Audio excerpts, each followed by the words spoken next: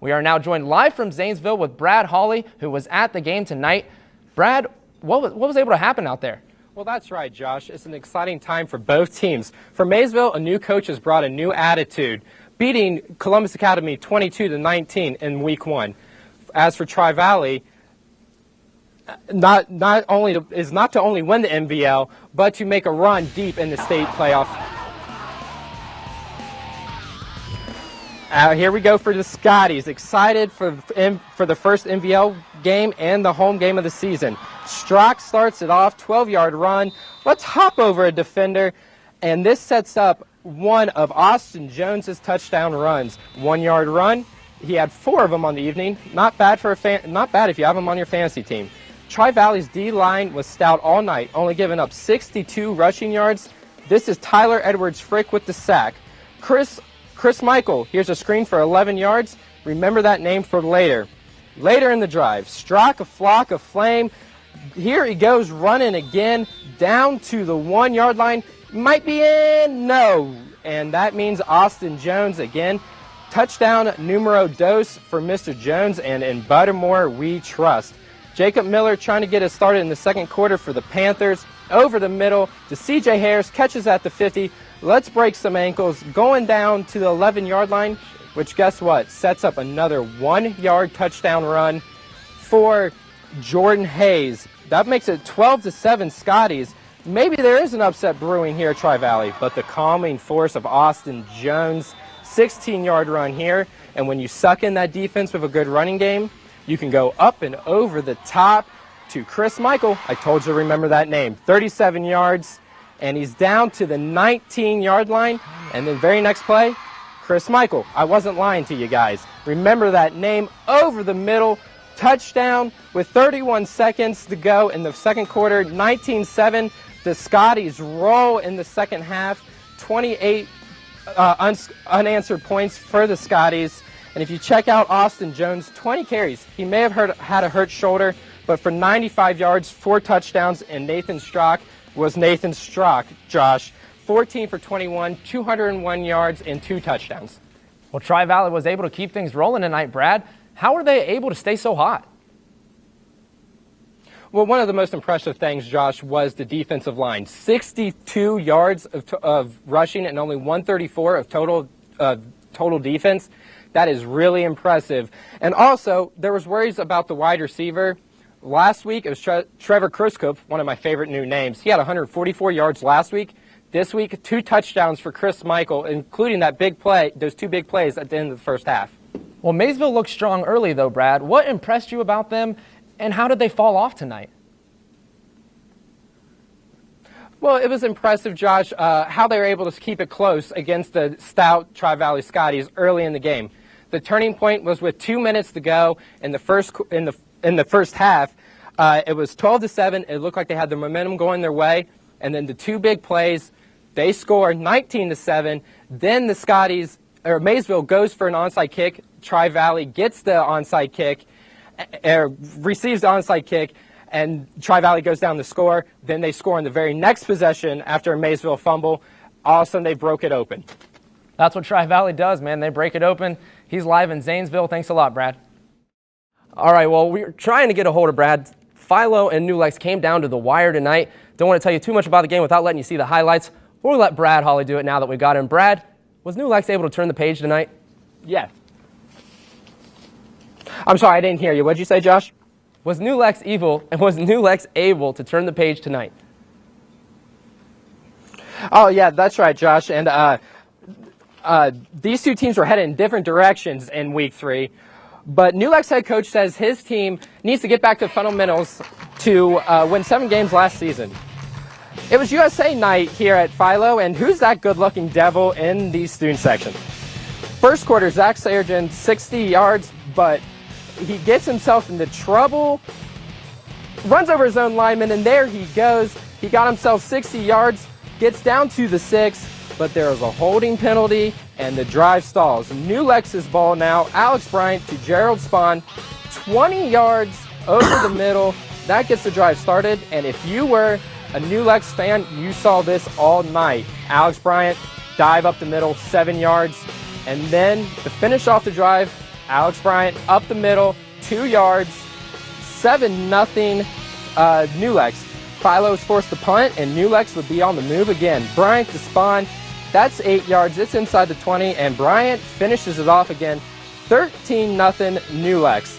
And this was kind of the all night for Philo. Hunter Smith drops the ball. They have to punt, and the snap goes over Nathan Delozier's head, and he has to kick it out of the end zone. It is 15-0, a big play in this game. Philo's D forces a punt, and then Philo with Zach Sheridan, 14 yards, he gets moving, but then another bad snap, and New Lex goes on the win, 15-13. And a fun fact here tonight, Alex Bryant was part of every yard, or all the yards, 145, and 99 of them were passing, 99 were rushing, 46 were passing. Wow, big win for New Lexington. How were they able to do this tonight? This is a complete turnaround from last week's team. Well, after giving up 291 yards to John Glenn last week, they needed to shore that up, and they did. They only gave up 164 total yards to Philo. If they keep doing this, they could be a contender in the MVL.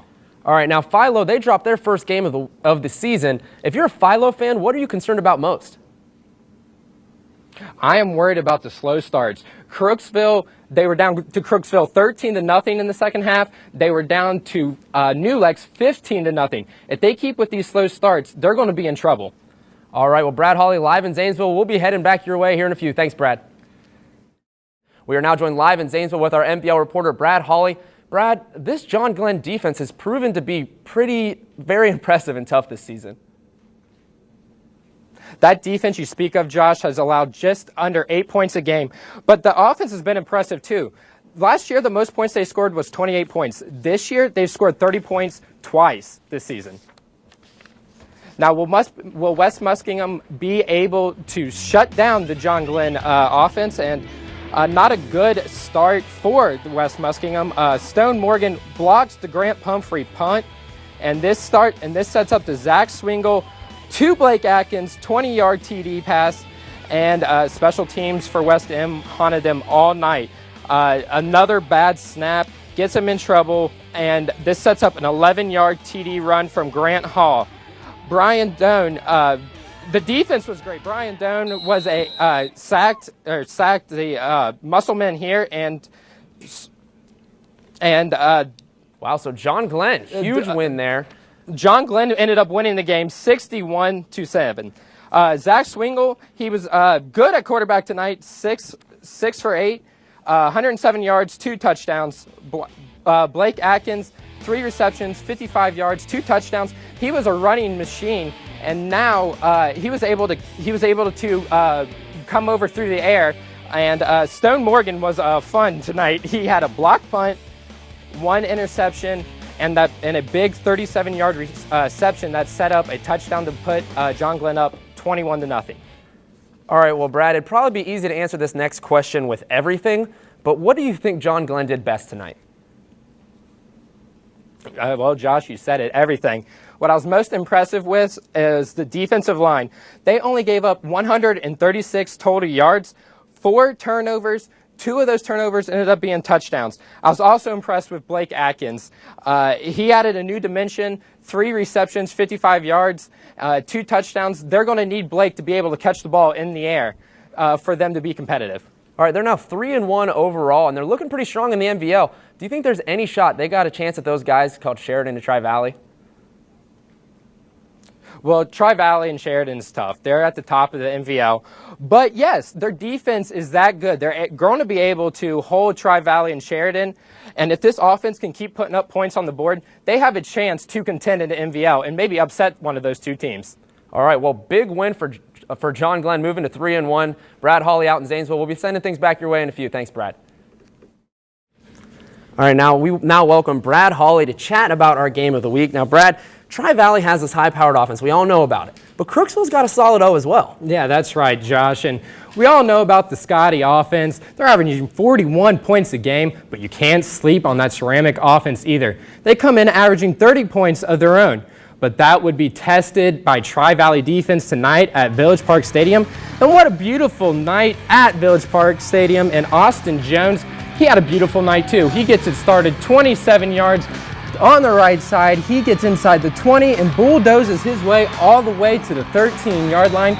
You know what? You did all the work, Austin, so go ahead and get yourself a touchdown. That was one of 4 touchdowns on the night for Austin Jones. Little chickeration here. Aaron Keister rolls out in punt formation, hits Dylan Love 24 yards, and they are on the move. But Lake Channel, next play, Lake Channel tries to go deep, throws it in the coverage, and Adam Reese with the interception at the 10-yard line. And guess what? The Scotties and Jones are on the move again. This time, left side, look at this big block, boom, and he is going 34 yards, and that will set up Nathan Strock. He wants to go through the air now. Rolls out, 8-yard touchdown run to Devin Moran, and it is 14-0 TriValley. Strock likes going through the air. He rolls out again and finds Trevor Kruskup deep behind the Ceramic defense, and that's 41 yards. What a play. And that's right, man. He did it all night long, and guess what? The Ceramics are steaming mad. They like this, though. Lake Channel to Jeffrey Patrick, 10 yards, but it gets called back for a flag. It was like that all night, Josh. And Strock, I keep telling you, man, he likes going through the air right now. Deep again, Hunter Moeller. That sets up another touchdown.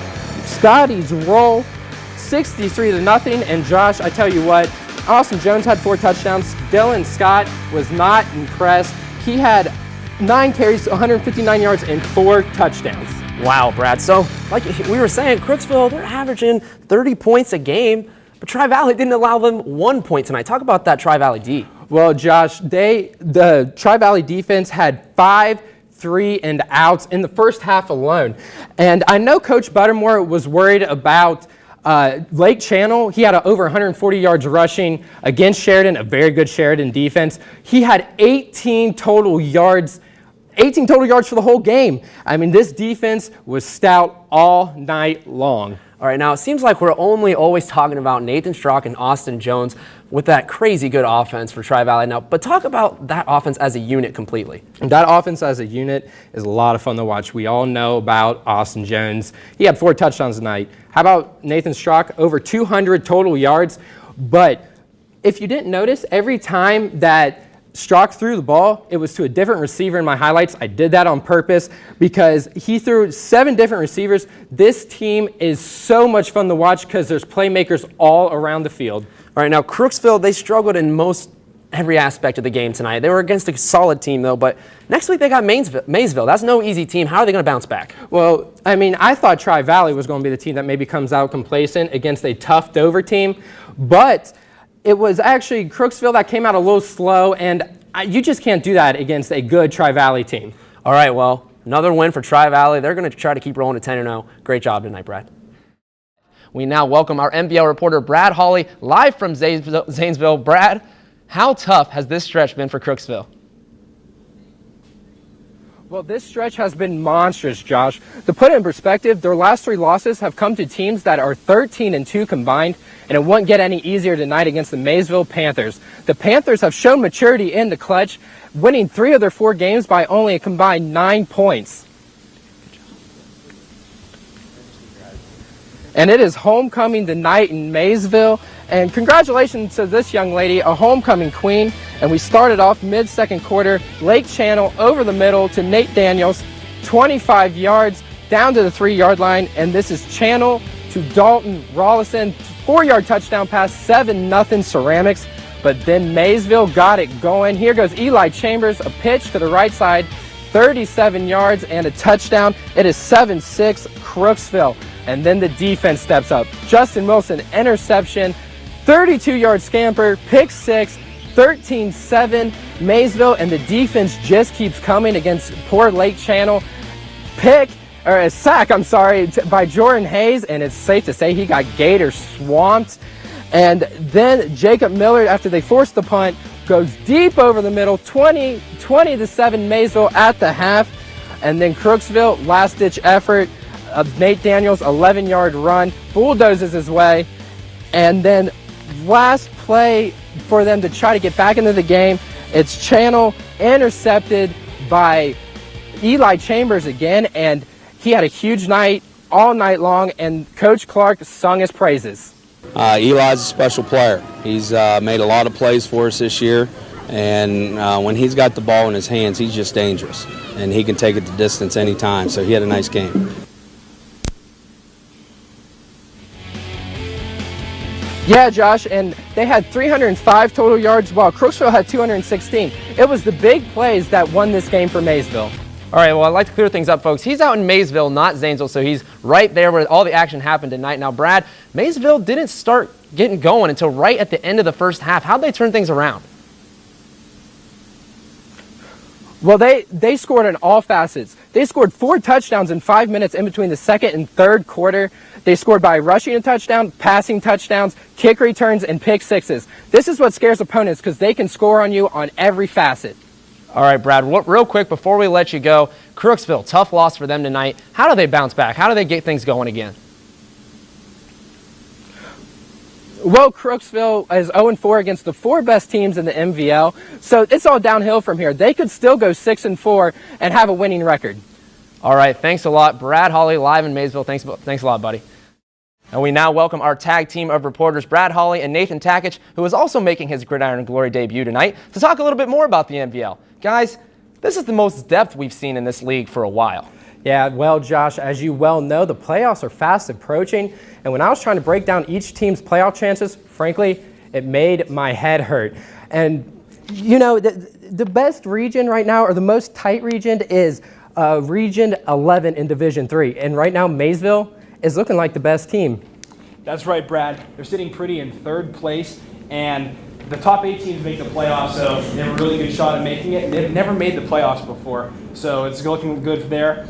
With a win this week against Coshocton, a 14-0 win is their first win in 5 tries against the Redskins. They improved their chances. Now they have a favorable schedule the rest of the way. They're capable of winning out for sure. With the lack of competitiveness, though, they might want to go unbeaten if they want to make their first playoff game a home playoff game. Now the 2 teams sitting below them in the standings, they're surprises as well. Yeah, that's right. And those 2 teams are John Glenn and New Lexington.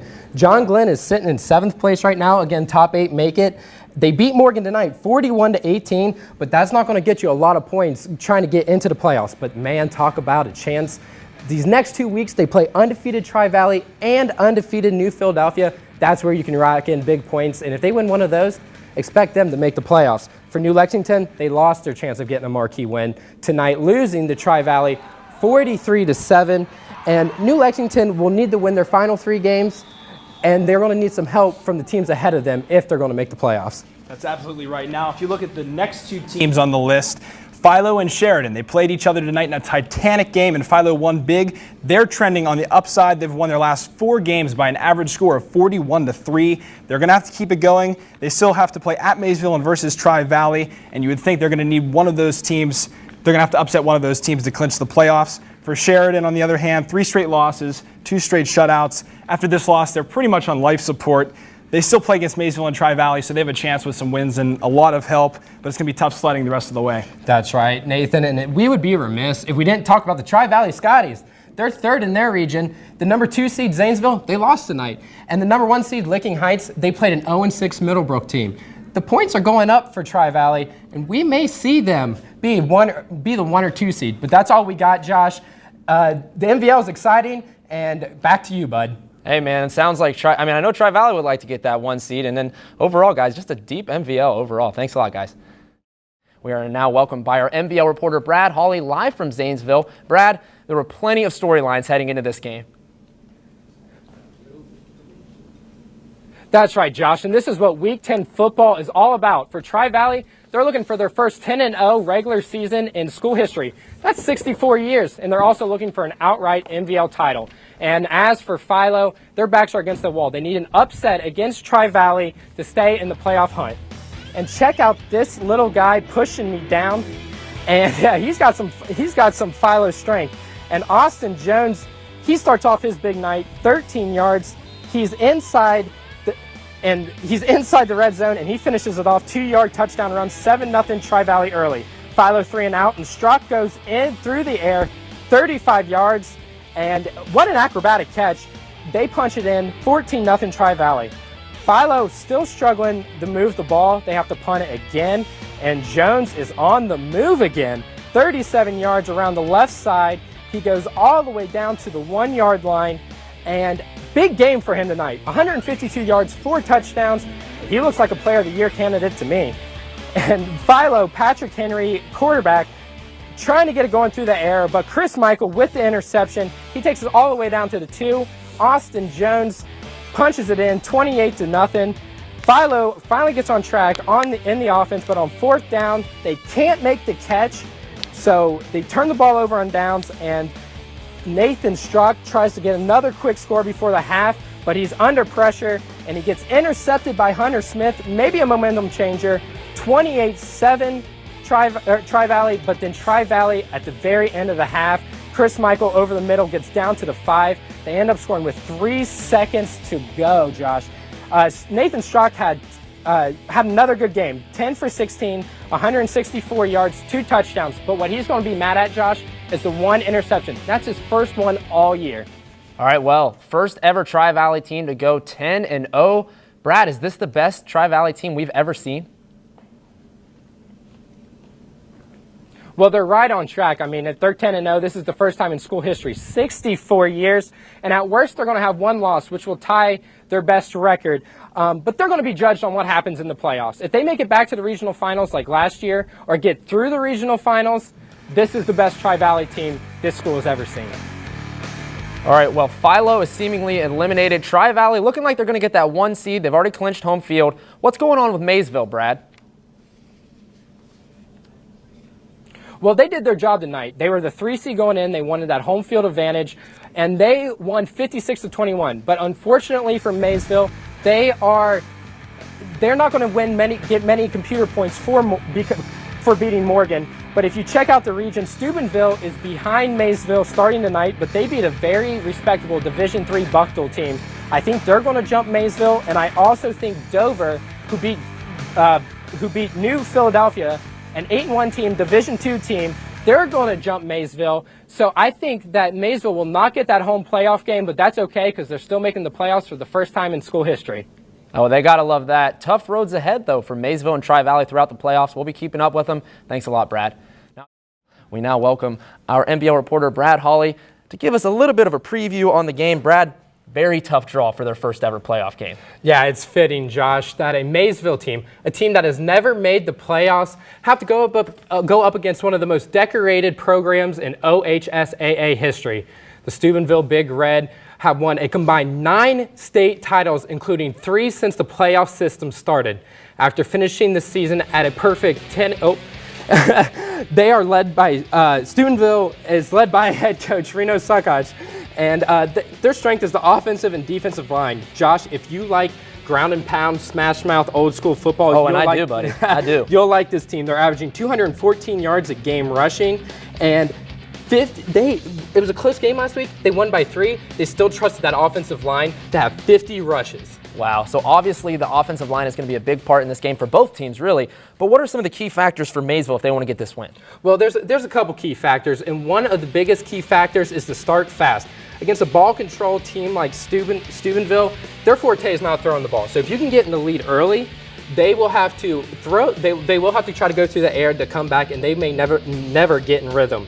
The second big key is stopping the run. And wins this year for Steubenville, they've had 250 yards average, and losses just 74. You're going to have to worry about number 32, Dashon Redmond. He's their power back, bulldozer type running back. And the third big key is big plays in the running game. Coach Clay Clark thinks that his 3 big running backs, C.J. Harris, Jordan Hayes, and Eli Chambers, can get big plays if they can get outside the defense. All right, well, do you think that they will get those big plays and get their first ever playoff win?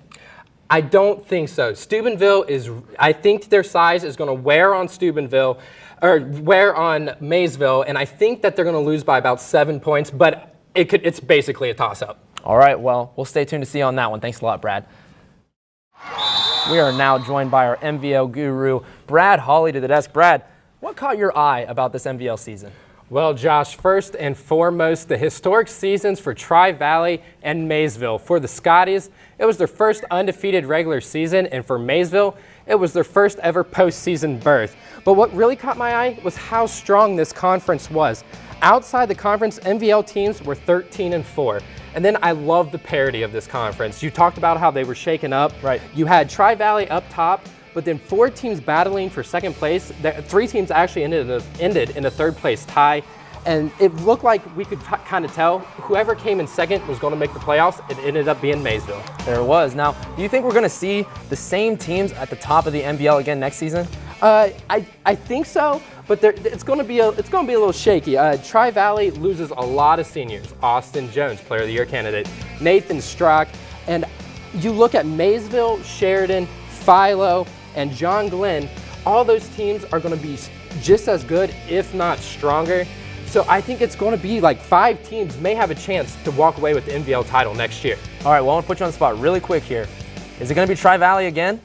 I'm going to say it's going to be Coach Craig Clark's Maysville Panthers. Talk about a resume for the first 2 years. Playoff bound, year 1, MVL champs, year 2. All right, you better be careful. Austin Jones is sitting right over there, but great I'm job afraid he'll tonight, take Brad. me out.